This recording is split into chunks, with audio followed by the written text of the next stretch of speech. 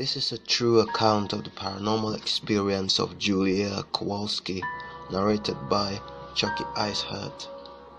I moved to a small, remote village in England 5 years ago with my daughter Lisa. Poland didn't have too many jobs for people with no particularly defined skill sets. I wasn't a doctor or an architect, but I was a proper grafter, and I worked harder than most people. I had finally put together a tidy sum of money and put a deposit on the house. There was nothing particularly off about the new house I was about to move into. The estate agent had this chirpy and upbeat look about him.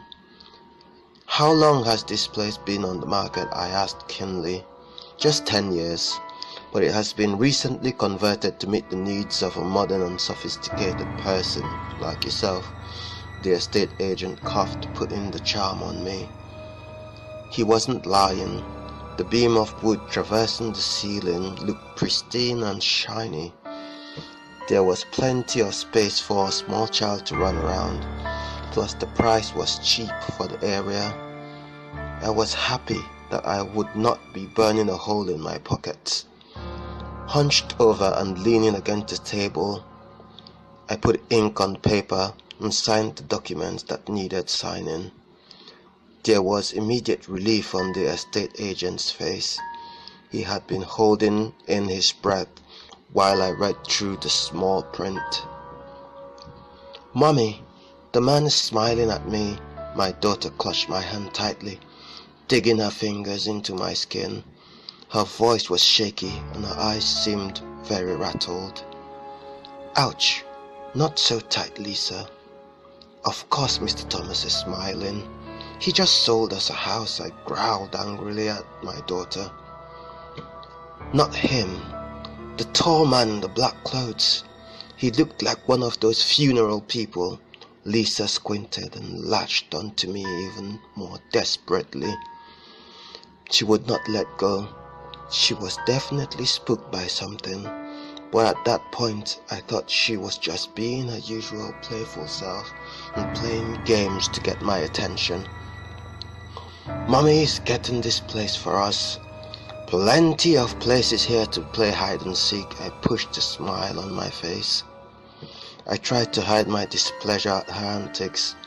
I thought nothing of what my daughter claimed to have seen.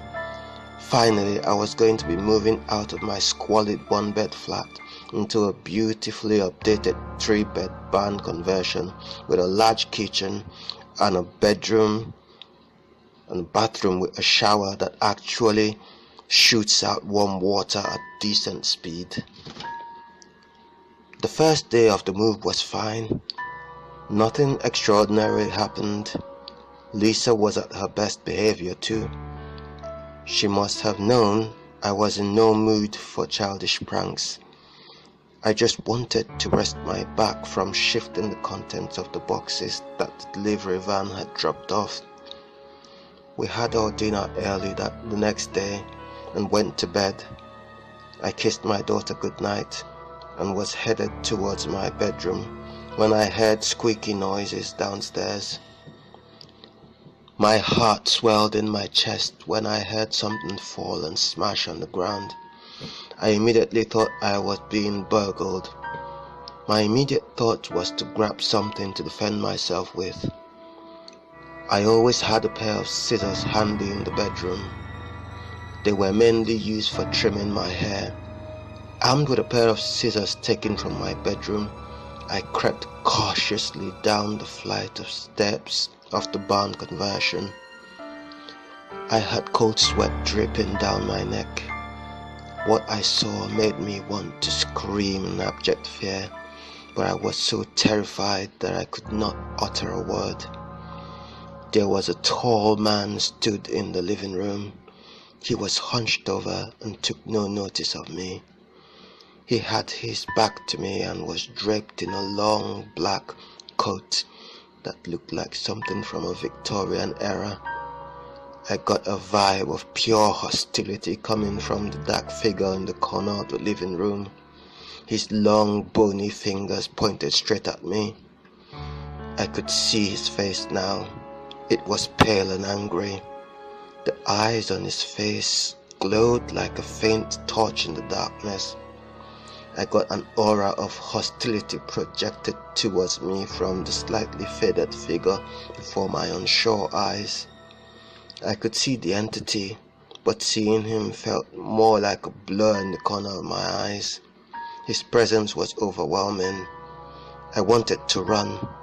I wanted to run and grab my daughter. I couldn't move a muscle. I had been struck by some sort of weird paralysis. I couldn't walk. I couldn't walk, and I could not shut my eyes either. I suspected my paralysis had something to do with the presence of the ghostly apparition that was stood in front of me. My ordeal lasted for about 5 solid minutes. They were the most uncomfortable and chilling 5 minutes of my life. The ghostly figure dissipated into nothingness, fading from my gaze after the 5 minutes of horror were over. My jaw loosened, and I was able to yell. The first word I yelled was my daughter's name. I ran up the stairs as soon as I gained control of my limbs.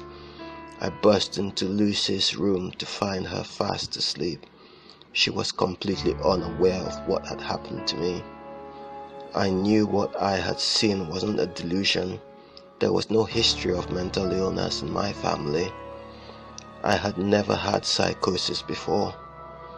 I waited for the morning and told my daughter what I had seen. We compared notes and agreed that the ghostly man I had seen was the same man she had seen while we were viewing the house. I went on Google immediately and searched for previous occupants of the home. I did historical searches and discovered that one of the previous owners had hanged himself in the very house I was living in after shooting his wife and kids. The papers said his wife had been unfaithful. I scrolled down nervously on the search website and soon stumbled on a family photo. Lucy soon fixated on the man in the old family photo. "That is the man in the funeral clothes, Mommy. He scares me," Lucy sobbed, pointing to the old family photo on my iPhone. "He won't hurt you. I won't let him," I consoled my daughter. I had eventually found out why the place had been unoccupied for as long as 10 years. The place was fucking haunted. It was going to be hard getting out of the mortgage, but I was determined to do just that. My advice to anyone out there is never buy a house without looking up the history of the place. It could be haunted. This is a true account of the paranormal experience of Julia Kowalski, narrated by Chucky, iceheart.